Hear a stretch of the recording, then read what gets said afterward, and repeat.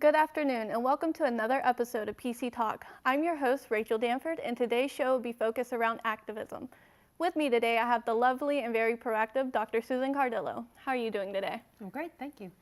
As you probably already know, activism has been making a huge comeback in recent years. And can you tell me why you think this is?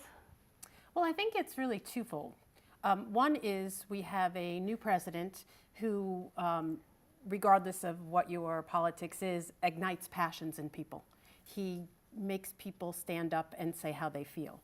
And that's a good thing, regardless. And the other side of it is social media and the easy way of making video. So social media spreads the activism around, and we can use video in order to advance the cause.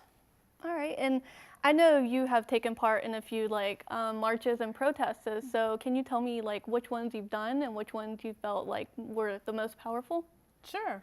I have three different organizations, types of activism that I partake in. One is animal rights, and I'm part of the Farm Sanctuary, which is a farm animal sanctuary for animals that have been abused or neglected, and women's rights, and I'm involved in that, and also the right for every child for an equal and fair education.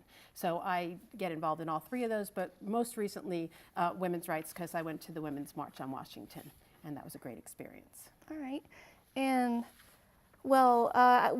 what's your viewpoint on millennials and activism? Do you think they're doing it because they feel oppressed or entitled, or do you think they're doing it because they want to make a difference and make a change? I truly believe they want to make a difference. I think activism, if done right, isn't just about making a sign and showing up at a march. You have to do research, you have to investigate, you have to have a true feeling for the change you want to make in the world. So you have to be impassioned to do it. You have to have a reason why you'd really want to spend your time and energy doing it. All right. Well, we actually have a clip of a few millennials on campus talking about their active lives and why they do what they do. So let's take a look at that. Great. I believe millennials are pretty entitled, but I think everybody's entitled. Everybody's entitled to basic human rights. That's a fundamental reason of why activism exists, is because we are entitled to that. Everyone is. And that's what it means to me. I'm not just an activist because I want rights for me. I'm not just a transgender activist. I'm a Black Lives Matter activist. I'm an activist for just LGBTQ rights in general. It's all important to me because everybody has that right to feel safe. Everybody has that right to just feel like they are a valued human.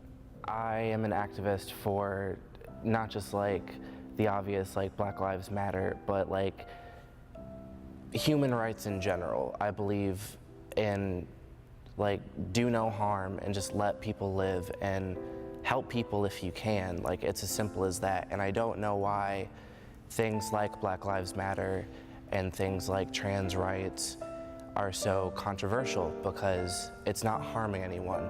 Just help people and love people. I've been involved in Black Lives Matter rallies, which have all been peaceful and loving, and it's not anything like you see on the news. It's not violent. None of these people that truly align themselves with those values and those movements are actually violent. It is a loving, peaceful community that is trying to live in peace without fear of being killed. I am an activist, as you may hear many people say, but not enough people, if you ask me. Obviously, we are all entitled to basic human rights, but those trickle down into our everyday lives, basic interactions, but they're also as big as policy. So I'm a firm believer in contacting your senators in any way that you can. There are different apps with pre-writ things that you can say, but basically find what is important to you and the people that you love, that is an injustice that's done to them, and act on that. Well, that's all the time we have for today, and thank you again for joining me, Dr. Cardillo. Thank you. And I hope you all enjoyed the show, and tune in next time for another episode of PC Talk.